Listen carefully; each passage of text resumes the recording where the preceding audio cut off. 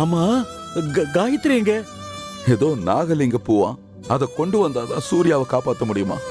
கர்நாடகாவில் கடலோரத்தில் இருக்கிற சிவன் கோயில்ல பூஜை பண்ண பூவா, அதை கொண்டு வரதுக்கு தான் காயத்ரியும் வீராவும் போயிருக்காங்க. கவலைப்படாதீங்கம்மா, காயத்ரிக்கு ஒன்னும் ஆகாது. நீங்க சொல்றது உண்மைதான் வைத்தியரே. காயத்ரிக்கு நிச்சயம் ஒண்ணு ஆகாது. ஏன்னா அவளுக்கு கடவுளோட அனுகிரகம் பரிபூர்ணமா இருக்கு. மாப்பிள்ளைக்காக கர்நாடகா மட்டும் இல்ல, காடு மலைன்னு எங்க வேணாலும் போவா. ஆமாமா, போயிட போறா. உப்பு தின்னா தண்ணி குடிச்சுதானே ஆகணும். என் புள்ள இப்படி கிடக்குறானே, அதுக்கு காரணமே அவதானே. அதனாலதான் அவளுக்கு மனசு உறுத்தி இருக்கு. தப்பு செஞ்சா பிராயச்சித்தம் தேடிதான் ஆகணும். இத பாருங்க சம்பந்தி. வேண்டாம் லட்சுமி, கோமதி, வாயை மூடிக்கிட்டு சும்மா இருக்க மாட்டியா? விடுங்க சம்பந்தி, அவங்க என்ன வேணாலும் பேசட்டும். பாவம் வேதனையில பேசுறாங்க. பெத்த வயிறு பத்தி தான் எரியும், அதை யாராலையும் அணைக்க முடியாது. காயத்ரி செத்துட்டான்னு கேள்விப்பட்டப்போ நாங்க கோவப்படலையா? சம்பந்தி அம்மாவாவது கோவத்துல பேசதான் செய்யறாங்க. ஆனா லட்சுமி கோவத்துல அவங்கள கை நீட்டி அடிச்சிருக்காளே. நீங்க இதெல்லாம் பெருசா எடுத்துக்காதீங்க சம்பந்தி. ஆமா சம்பந்தி, நான் ஒரு முட்டாள்.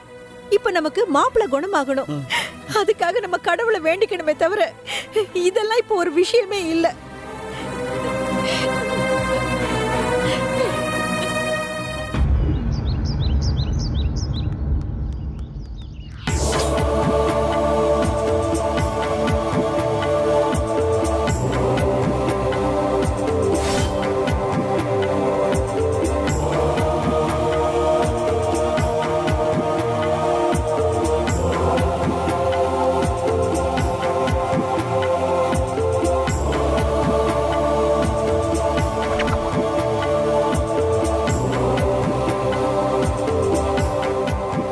ப்ராசிக்யூட்டர், உங்க வாதத்தை ஆரம்பிக்கலாம். Thank you my Lord.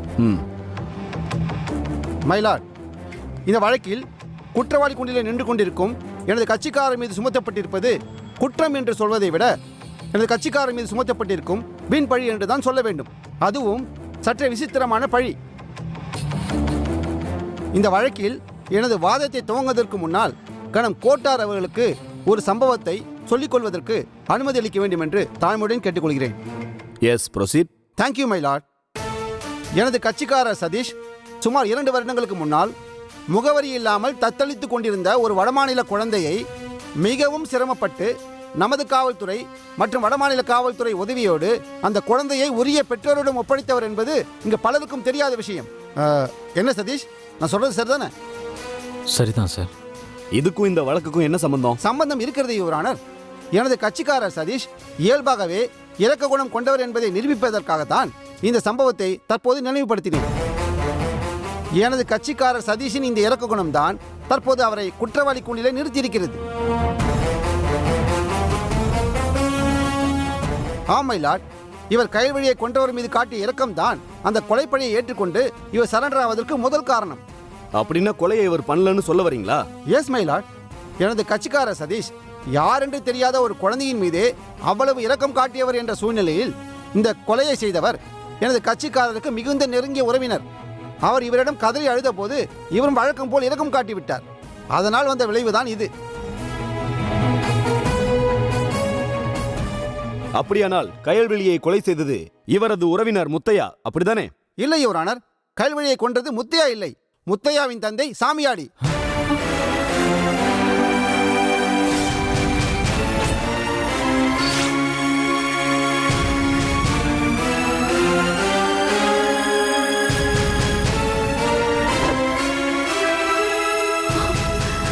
இந்த சாமியாடிக்காகத்தான் எனது கட்சிக்காரர் கொலைப்பழி ஏற்றுக்கொண்டு இப்படி குற்றவாளியாக நிற்கிறார். அப்படி என்றால் சாமியாடிதான் கொலை செய்தார் என்பதற்கு ஆதாரம் இருக்கா? இருக்கு யுவர் ஆனர். அந்த கொலையை பார்த்த சாட்சியா இருக்கிறார். சாமியாடியின் பக்கத்து தோப்பில் வேலை பார்க்கும் குப்பன் என்பவரை விசாரிப்பதற்கு கோட்டார் அவர்கள் அனுமதி அளிக்க வேண்டும் என்று தாழ்மையுடன் கேட்டுக்கொள்கிறேன். Yes, proceed. குப்பன் குப்பன் குப்பன்.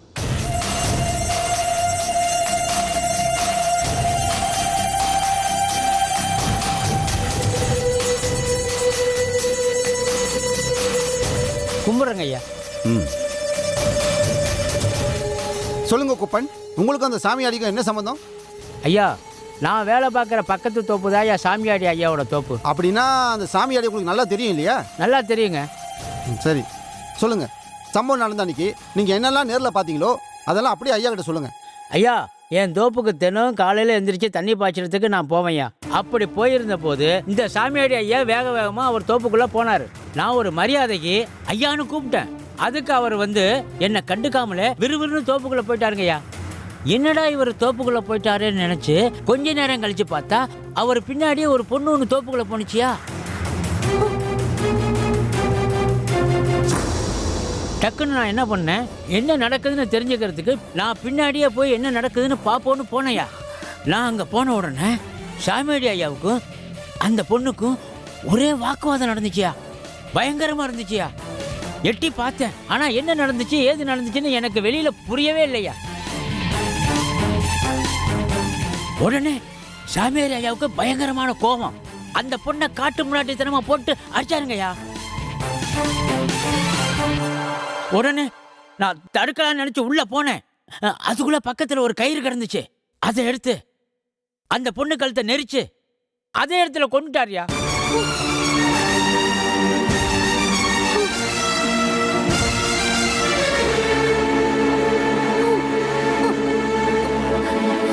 நான் உடனே ஓடி போய், ஐயா என்னையா இப்படி பண்ணிட்டீங்களே அப்படின்னு கேட்டேன்.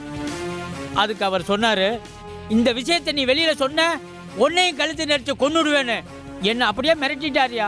சரிங்க குப்பன், நீங்க ஏன் உடனே போலீஸ் ஸ்டேஷன்ல இந்த விஷயத்த சொல்லல? எப்படியா சொல்ல முடியும்? சாமியாடி ஐயாவோட பிள்ளையும் ஒரு போலீஸ்காரர் தானையா.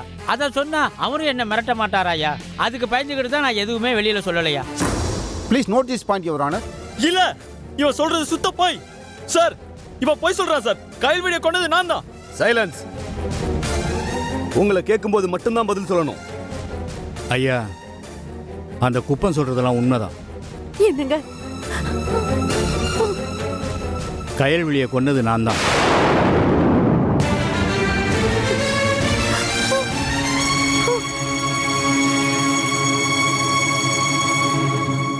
நீங்க எது சொல்றதா இருந்தாலும் இங்க வந்து சொல்லுங்க. நீங்க போங்க. சரிங்க ஐயா.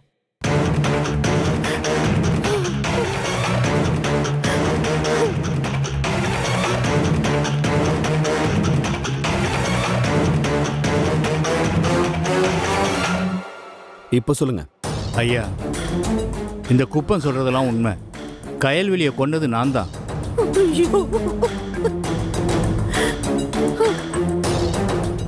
எனக்காக தான் என் மாப்பிள்ளை சதீஷ் கொலைப்பழியை ஏத்துக்கிட்டாரு. என்னங்க? மைலாட், தர்மத்தின் வாழ்வுதனை சூதுக்கவும் இறுதியில் தர்மமே வெல்லும் என்று சொல்லி மீண்டும் ஒரு தடவை இந்த கோர்ட்டிலே நிரூபணமாயிருக்கிறது. குற்றவாளியே செய்த குற்றத்தை ஒத்துக்கிட்டதால எனது கட்சிக்கார சதீஷை விடுதலை செய்து குற்றம் செய்த சாமியாடிக்கு தகுந்த தண்டனை வழங்க வேண்டும் என்று தங்களை தாழ்மையுடன் கேட்டுக்கொள்கின்றேன். That's all your honour.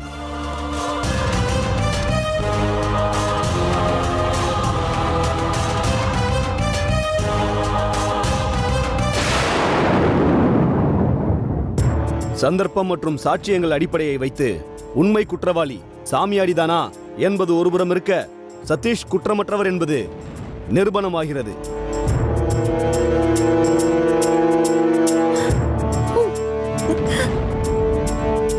மேலும் குற்றவாளியை காப்பாற்றுவதற்காக தான் குற்றம் செய்ததாக ஒப்புக்கொண்டு வந்த சதீஷை இந்த கோர்ட் வன்மையாக கண்டிக்கிறது. மேலும் அவருக்கு ரூபாய் 50,000 அபராதம் விதிக்கிறேன். மேலும் இந்த வழக்கை வரும் 23ஆம் தேதிக்கு ஒத்திவைக்கின்றேன். அதுவரை சாமியாடியை நீதிமன்ற காவலில் வைத்து விசாரிக்கும்படி காவல்துறைக்கு உத்தரவிடுகிறேன்.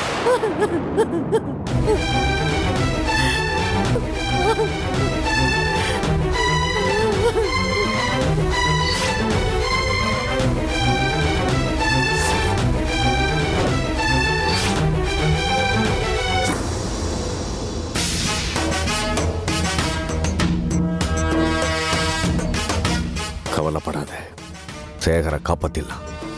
அது எப்படிப்பா? சூர்யாவை தூக்கிட்டு தானே சேகரங்க சூர்யாவை போனா. இப்ப சேகரை தூக்கிட்டு சூர்யாவை அங்க விட்டு வந்துருவோம்.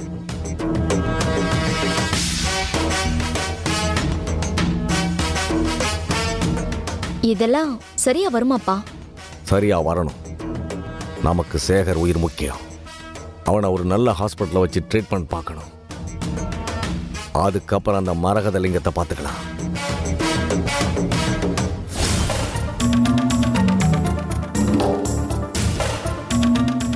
என்ன யோசிக்கிற? இல்ல, எப்படி சேகர் அங்கிருந்து தூக்குறதுன்னு யோசிக்கிறேன். அதெல்லாம் தூக்கிடலாம் கல்யாணி. முதல்ல நீ சூர்யாவுக்கு சாப்பாடு கொண்டு போய் கொடு. சரிங்கப்பா. டேய், இந்தாங்க.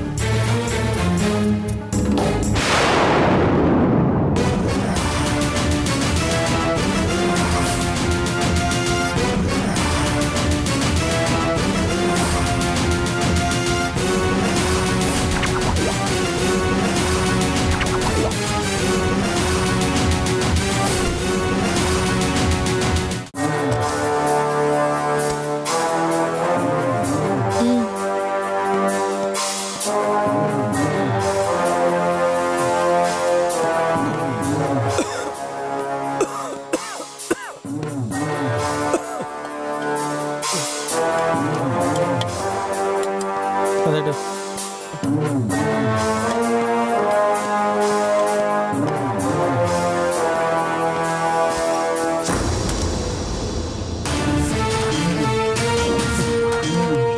எதுக்காக இந்த இடத்துக்கு வந்த? உன் மூஞ்ச பாக்குறதுக்கு எனக்கு அருவருப்பா இருக்கு. முதல்ல இங்க இருந்து கிளம்பு. ஏனா நீ அன்னைக்கு என்கிட்ட என்ன சொன்ன? என்ன இங்க இருந்து தப்பிக்க வைக்கிறதா சொன்ன? இது வரைக்கும் ஏதாவது நடவடிக்கை எடுத்தியா? யாருக்கு தெரியும், நீ இவங்க ஆளா கூட இருக்கலாம்.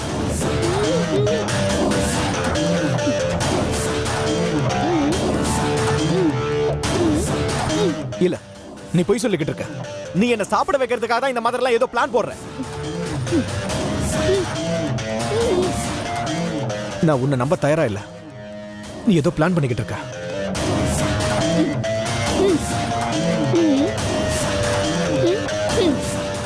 என்னது?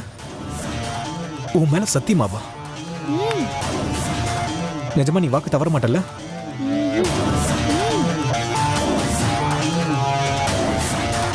இத பாரு, இன்னைக்கு மட்டும் நீ என்ன தப்பிக்க வைக்கலன்னு வையேன், நாளையில இருந்து நீ என் மூஞ்சிலேயே முழிக்க கூடாது சொல்லிட்ட.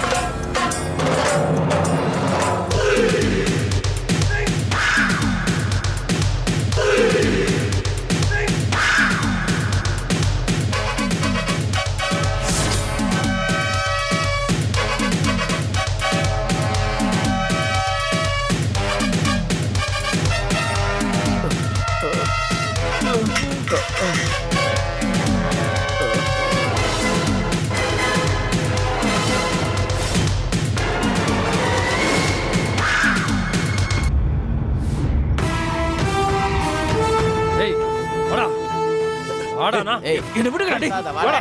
சொன்ன கேளுங்க, விடுங்கடா டேய். விடுங்கடா. ஏய் கழுவி, மரியாதையா குழந்தைய என்கிட்ட கொடுத்துரு. இல்ல உங்க எல்லாரையும் போலீஸ்ல புடிச்சு கொடுத்துரு. பெரிய தாய மரியாதை இல்லாம பேசுவியா? வேண்டாம்டா. என்னதான் இருந்தாலும் இவ சுப்போட அண்ணன். நமக்கு அந்த புதையல கிடைக்கிற வரைக்கும் இவனை கொண்டு போய் நம்ம இடத்துல கட்டி போட்டு வைங்க. சரிங்க தாயே. தாயே, இவ்வளவு நேரம் எங்கடா போயிருந்த? குழந்தை வேற அழுதுகிட்டே இருக்கு. கவலைப்படாத தாயே, இனிமே குழந்தைய பாத்துக்க நாம 2 பேரும் சிரமப்படவே வேண்டாம். என்ன கதை வர சொல்ற? ஆமா தாயே, குழந்தைக்கு நான் ஒரு அம்மாவை ஏற்பாடு பண்ணியிருக்கேன். ஜோதி,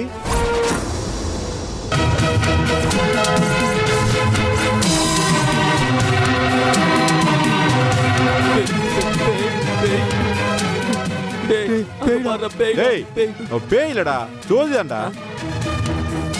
இவனை இங்க இருந்து இழுத்துட்டு போங்கடா. விடுங்கடா டேய். வாடா நான் போலீஸ் புடிச்சு போட மாட்டேனா.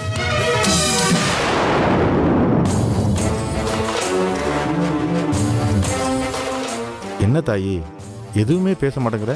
என்ன பேச சொல்ற? என்னத்த பேச சொல்ற? உனக்கு அந்த புதையல கிடைக்கணுங்கிறதுக்காக ஒவ்வொரு விஷயமும் பார்த்து பார்த்து செய்யறேன்.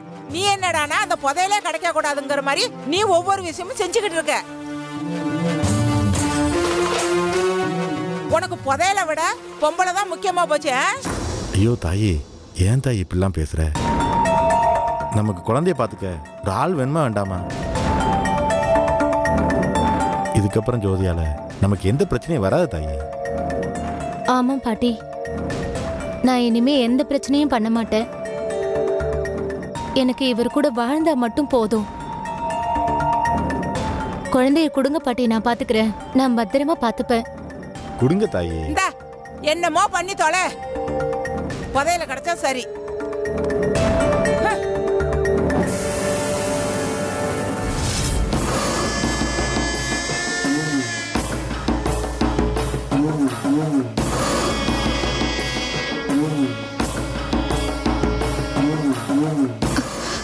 அப்பா அப்பா, தேவி வரா. அப்பா, என்ன இவ்ளோ தூரம்? அதுவும் நீங்களே வந்திருக்கீங்க? நான் விஷயமா தான் வந்திருக்கேன். சேகருக்கு அப்பனா வந்திருக்கேன். ஓ, சேகரை பார்த்துட்டு போலான்னு வந்தீங்களா? சேகரை பார்த்துட்டு போக வரல, தூக்கிக்கிட்டு போக வந்திருக்கேன். என்னப்பா சொல்றீங்க? ஆமா தேவி, சூர்யாவை இங்க வைத்திரு வீட்டுல விட்டுட்டு சேகரை இங்க இருந்து தூக்கிட்டு போறோம்.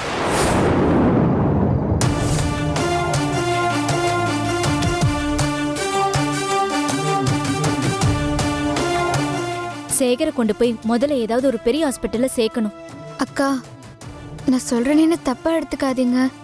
சேகரை எந்த ஹாஸ்பிட்டல் கொண்டு போனாலும் காப்பாற்ற முடியாதுக்கா.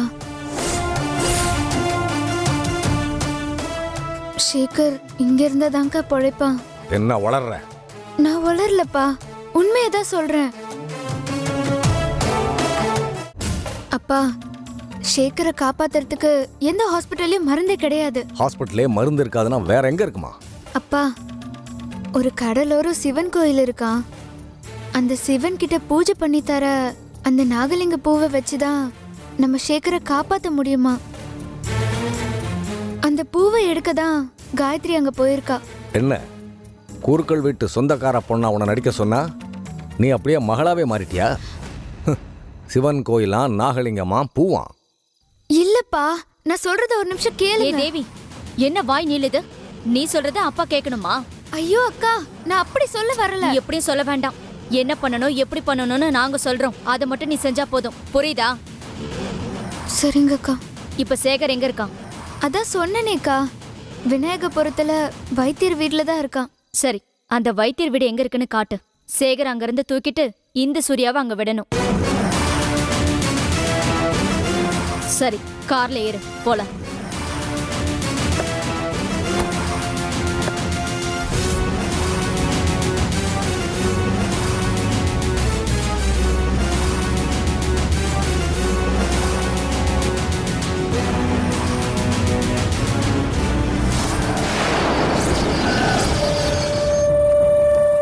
அப்பா, அதோ தெரியுதுல, அதுதான் வைத்தியர் வீடு. இப்ப நான் என்னப்பா பண்ணணும்? சரி, நீ எப்பவும் போல அங்கேயே இரு, நாங்க வரோம். சரிங்கப்பா, நான் வரேன்.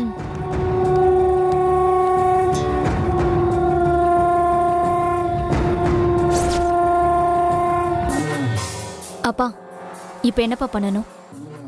கல்யாணி, நீ போய் அங்க என்ன நடக்குதுன்னு பார்த்துட்டு வா. சரிப்பா.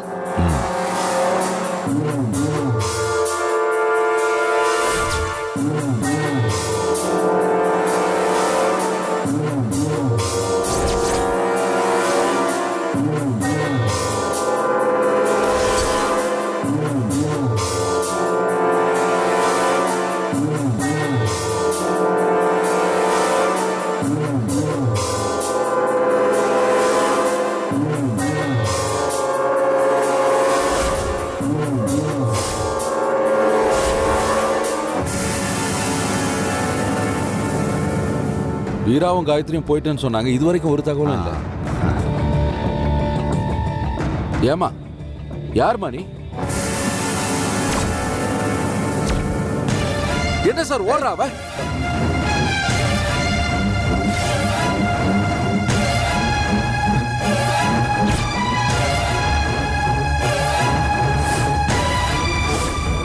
ஏய் நில்லுமா நில்லுமான்றல நில்லுமா. ஏய் எதுக்குமா ஓடுற? நில்லுமா நில்லுன்றல. ஏய் நில்லுமா. ஏய் ஓடாத நில்லு. ஏய்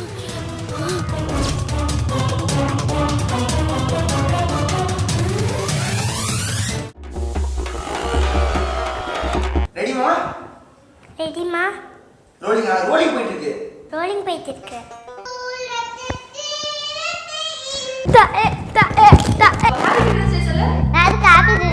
நீ என்ன குழந்தையா?